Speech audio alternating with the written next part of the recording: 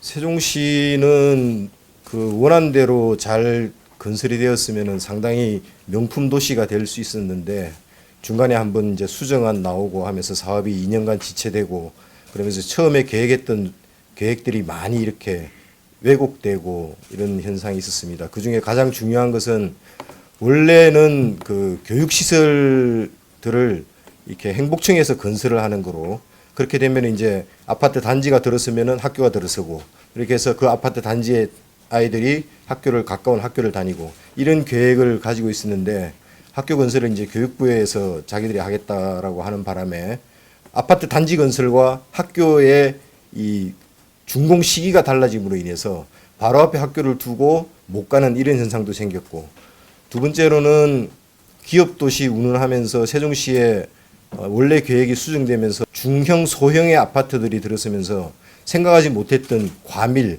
현상이 생긴 겁니다. 교육시설의 과밀도 생겼고 그런 점들이 상당히 아쉬운데 이제부터라도 학군 문제나 이런 것들을 재검토할 것은 재검토를 하고 추진을 해 나가야 될 것입니다. 마찬가지로 세종시는 행복도시와 읍면지역의 균형발전에 여전히 과제로 되어 있습니다. 이 문제를 해결하기 위해서 이춘희 시장님께서 10만 청춘 조치원 프로젝트를 시행을 하고 있는데 사실 조치원의 정주 여건도 만만치가 않습니다. 제가 알기로는 조치원에 와서 거주를 해야 될 분이 조치원의 집값이 비싸다고 오송에 가서 거주한다는 이야기도 듣고 있습니다. 이런 부분들을 해소하기 위해서 세종시의 북부권을 경제 중심의 지역으로 만들기 위해서는 북부권에 뭔가 획기적인 기업이나 사람들이 머물 수 있는 그런 것들을 많이 유치를 해야 된다고 봅니다. 결국은 세종시가 이렇게 왜곡되게 건설된 가장 큰 원인은 중간에 한번 이렇게 기업도시로의 수정안이 제출되면서 원래 계획이 상당히 얼그러진 데 기인하고 있다고 생각합니다.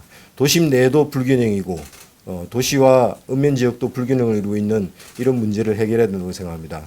또한 제가 그동안 예비후보로 등록한 이후에 많은 주민들을 만나서 여러 가지 이야기를 들었는데 역시 세종시는 가장 큰 문제가 교통 문제인 것 같습니다.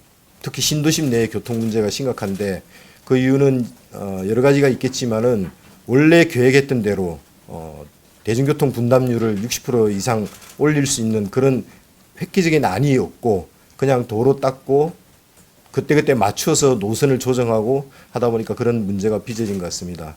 이제 BRT에서 소외되어 있다고 하는 지역을 제가 여기서도 말씀드렸지만은 생활권 버스 등을 도입해서 BRT와 환승할 수 있는 그런 시스템을 충분히 갖춰줘야 된다고 생각합니다. 마지막으로 세종시는 세종시법에 여러 가지 규정이 되어 있고 행복도시법에도 세종시 건설과 관련돼서 규정되어 있는데 2030년까지 8조 5천억의 불변 가격으로 세종시를 건설하기로 되어 있습니다.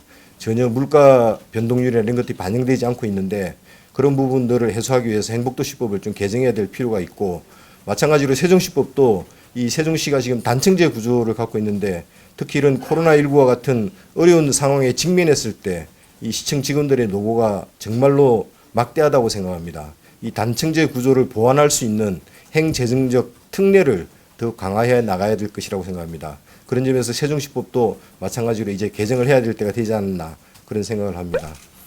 제가 상대당 후보로 나오신다고 선언하신 김병준 후보와 비교를 하자면은 저는 지금까지 28년간 정치를 하면서 한 번도 기웃기웃하지 않았다는 유일하게 한 길을 걸어왔다는 정통성을 지키고 있다는 그런 점이 강점이 될 것이고 그리고 중앙과 당, 지방정부를 모두 경험한 유일한 후보가 아닐까 그런 생각을 합니다.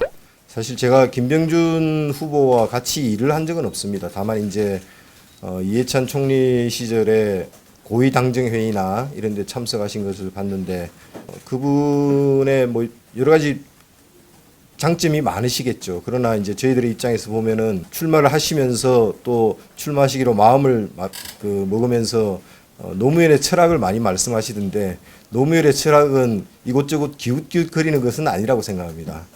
그런 점에서 김병준 후보와 저는 분명히 차이점이 있고 그리고 저는 그동안 세종시에 와서 조치원을 중심으로 한 북부지역 그리고 일생활권의 고운동의 주민들의 민원을 해결하기 위한 민관 협의체 이런 것들을 운영을 하면서 누구보다도 세종 시민들과 밀착된 그런 행정과 정치를 했다고 생각합니다. 그리고 아울러서 제가 2012년도에 내려와서 거의 세종시 당의 업무를 제가 주로 자주 내려오지 못하시는 이해찬 국무총리를 대신해서 봐왔기 때문에 당과도 밀접한 관계가 있다고 생각합니다. 그런 점에서 여러 가지로 장점이 있다고 생각하고 김병준 후보가 왜 갑자기 세종시로 왔는지 모르겠는데 대구에서 출마하신다 그랬다가 서울 종로에 보내달라 그랬다가 또 고향에 가서 심상정하고 붙겠다가 결국 마지막 종착지가 세종시가 됐는데 우리 세종 시민들은 그렇게 기웃기웃하는 정치인에 대해서 신뢰하지 않을 것이라는 확신을 가지고 있습니다.